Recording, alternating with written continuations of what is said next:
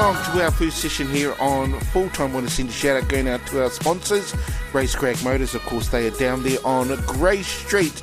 Joining us this morning, we have our man, Ra Walker. Morena, Ra. Yeah, good morning, Keithy, and good morning to the boys, and a bit of a cold one. It's like winter's come back. A little bit, so hopefully you're nice and warm wherever you are. Indeed. Also joining us this morning from up there in Pidal Countdown, we have with us Rino Wilkinson. Morena, bro. Yeah, morena, boys. Yeah, you're right. I'm in Countdown, getting ready to do some fundraising for the youth of Pidal today as we host the East Coast Ngāti Paraora in town. Heartland Rugby all ready to go. Pidal Domain kicking off at 1 o'clock. So I'm in there getting all the kai ready for our muscle fritters, muscle chowders, library, and everything like that. Sounds nice there, Reno. Tell you what, obviously the rugby fans up there are going to be looking forward to a bit of early rugby, and I guess one of the key things is they've got one of the former All Blacks in town with them, Zach Guilford. So that'll get a few more bums on their seats up there, eh? Yeah, it is, mate. It's exciting. It's a club day for the Teens Valley Rugby franchise. All our teams are playing here. Unfortunately, we had the under 12s and 14s cancel their game because they're going to play Counties Manukau, Auckland teams, due with the measles epidemic up there. Yes. That's why that game's cancelled. And all the games are early here today as well. The youth games are like at 10 o'clock. The main game, the Heartland game, is at 1 o'clock. Yep. These three games down at Pidal Domain, they've got the under 18s playing against an Auckland team, a Harlequin team. That's coming on through, and the Waikato Harlequin team.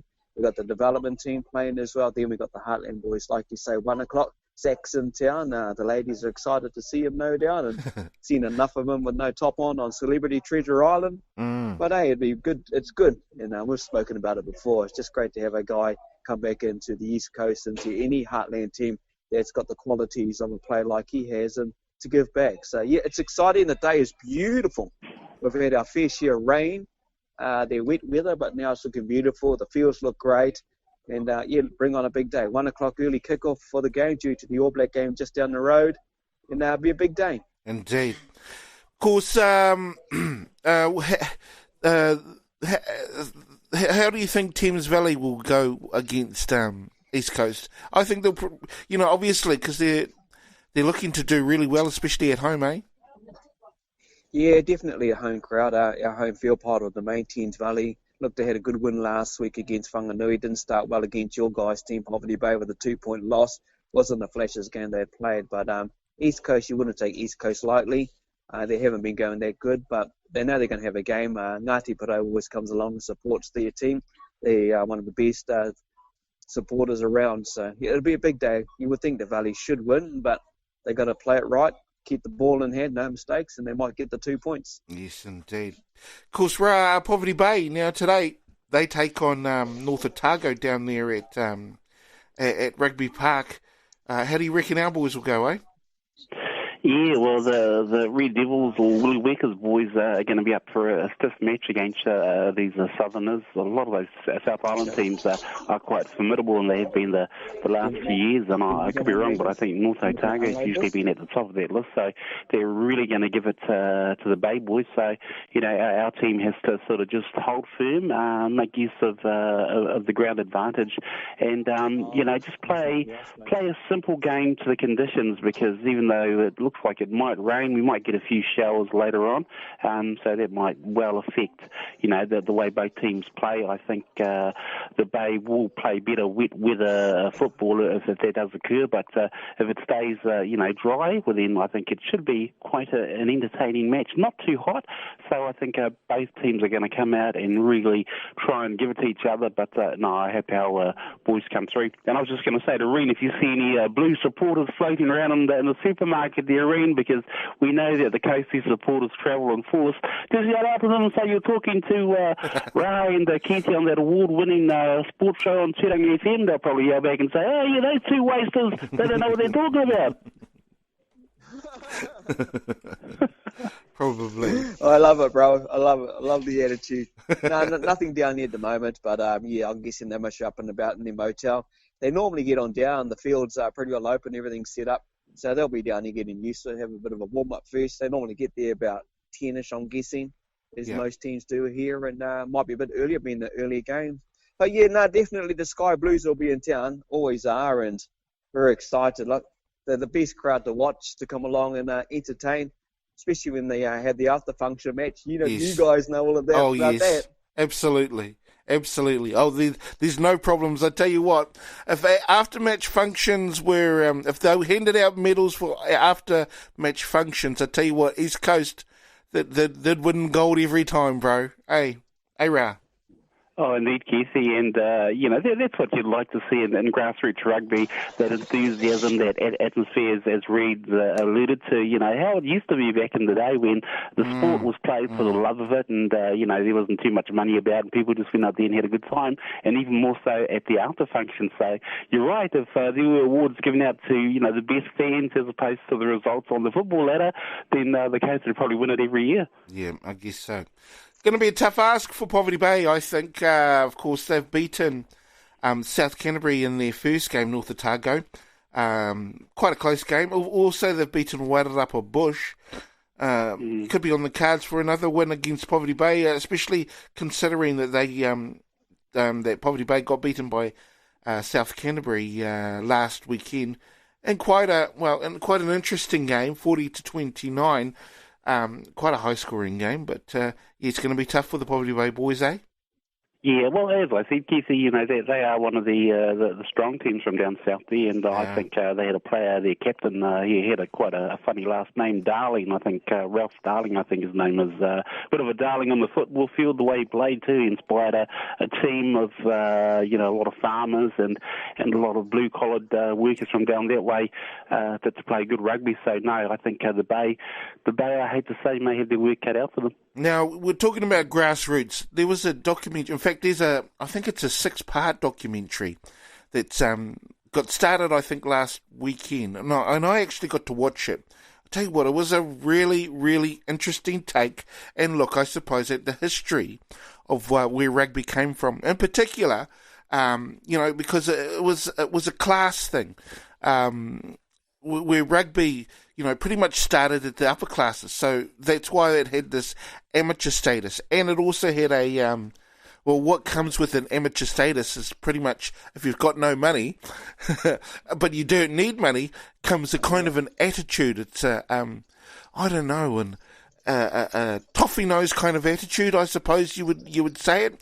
And that's where the game of rugby came from. And it was interesting about, how the colonies, in particular New Zealand and South Africa, I mean, I'm not saying, and Wales as well, they also took up the game in a big way, Ireland, and you said that you saw some of the highlights, I think, of one of those documentaries there, Yeah, and you're not wrong, Keithy. A lot of countries adapted to the nature of rugby in different ways, and a lot had to do with their cultures, that sort of seeped into how they adapted to this toffee nose game of rugby. And, we still get reminded by our leaguey man, JT, who, is always sort of not a big fan of the union or union as he calls it.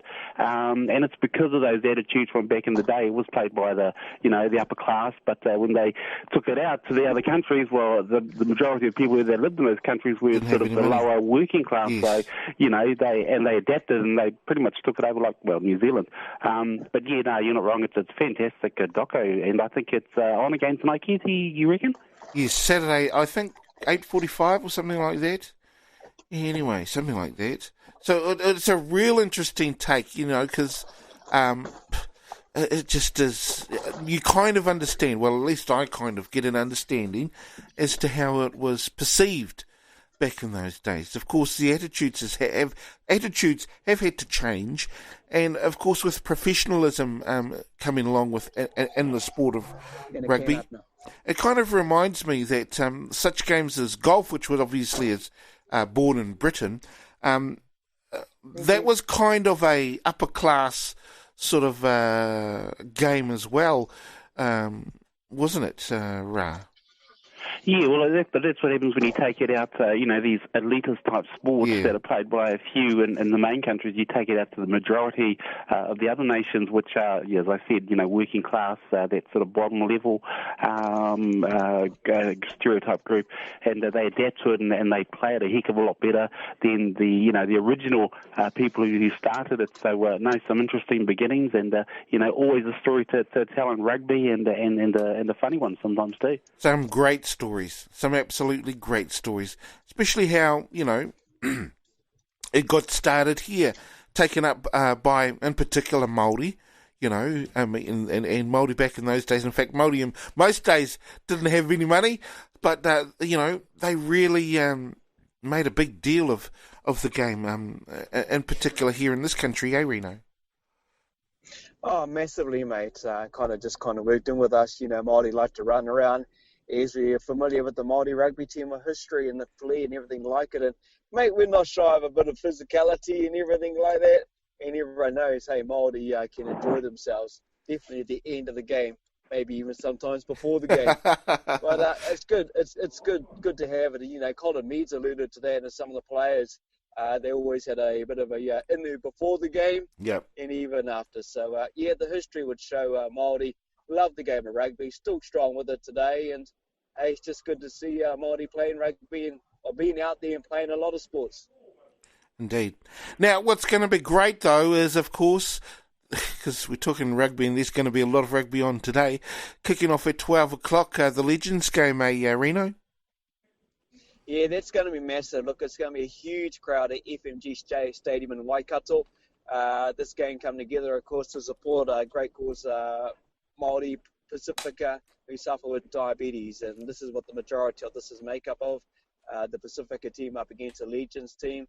Look, for the first time, you'll have some leagueies. Monty Beetham, Ruben Wiki, Wairangi Kopu will be playing alongside some big names when it comes to rugby of yesteryear gone by. It's a great occasion. I think there's going to be a lot of fun. We touched on this on the halftime show on Wednesday, and I'm excited for it and looking forward to it. What a way to start the build-up to the main game, which is the All Blacks in Tonga. But I'm excited, and great to see these guys come out of retirement, get out there and do it for a cause that's bigger than the game. Indeed. Carlos Spencer, Troy Flavel. It'll be great seeing some of those, Rico Gear. It'll be great seeing some of those players chuck the boots back on and see if they've still got some of their stuff. Hey, what do you reckon, Ralph? Oh, you're not wrong, Casey. And, the general consensus I've been getting from a lot of people is they're more interested in that game than the Tonga and All Black game because, it's a known fact that we will probably be too strong for Tonga. Even though you can imagine, we were talking about the East Coast fans, Tongan fans, wow, that's going to be packed chocolate block with red colours all over the place. I mean, we used to see how they, even in the middle of town here in Gizzy, Casey, and probably up Reno's way too, a lot of the Tongan communities, they're out on their vehicles and flying their flags. So it's really cool to see that. It's that passion of sport and friendship and everything the game brings. But I'm actually more interested in that game, that curtain raiser game, because as you said, there's a lot of famous peeps from both codes involved, and it'd be interesting to see if they've still got those silky skills. Kicking off at 12 o'clock, I think it is live on Prime. Yeah. That's actually one of the best things about the Rugby Channel folding on Sky TV. Prime is starting to show a lot more live games back on free-to-air TV now, so, the viewers are the winners. Yeah, I suppose so. I suppose they are, to an extent. The Rugby World Cup is going to be the real test, though, Reno, as to how things are going to work out there. What do you reckon, bro? Yeah, well, Rugby World Cup, look, it's only a couple of weeks away. It's 2 weeks away, under 2 weeks away to be exact, and we build up for it. Let's hope the ABs get through this big game this afternoon injury-free, and we get to see how some of these players go. Look, Bodie's back in number 10. Ryan Crotty comes back. Obviously, we're all aware of his concussion background and everything like that. But also the opportunities for a couple of other players get in there. Cody Taylor starts it too. This is the stepping stone. It'll be a physical game. I think, and we've spoken about this, we're basically an 80-minute team. I'm not too sure whether the Tongan team will be 80 minutes. It just doesn't seem right. At least it doesn't to me that, there's only one way to watch, for New Zealand viewers, to watch it, and that's through the Spark app. and I know you're probably going to get that app there. But for a lot of other, rugby fans out there, it might be a little bit unaffordable. What do you reckon, Rino? Mm. Oh, totally. Yeah. At least to watch it live, eh? Yeah, exactly.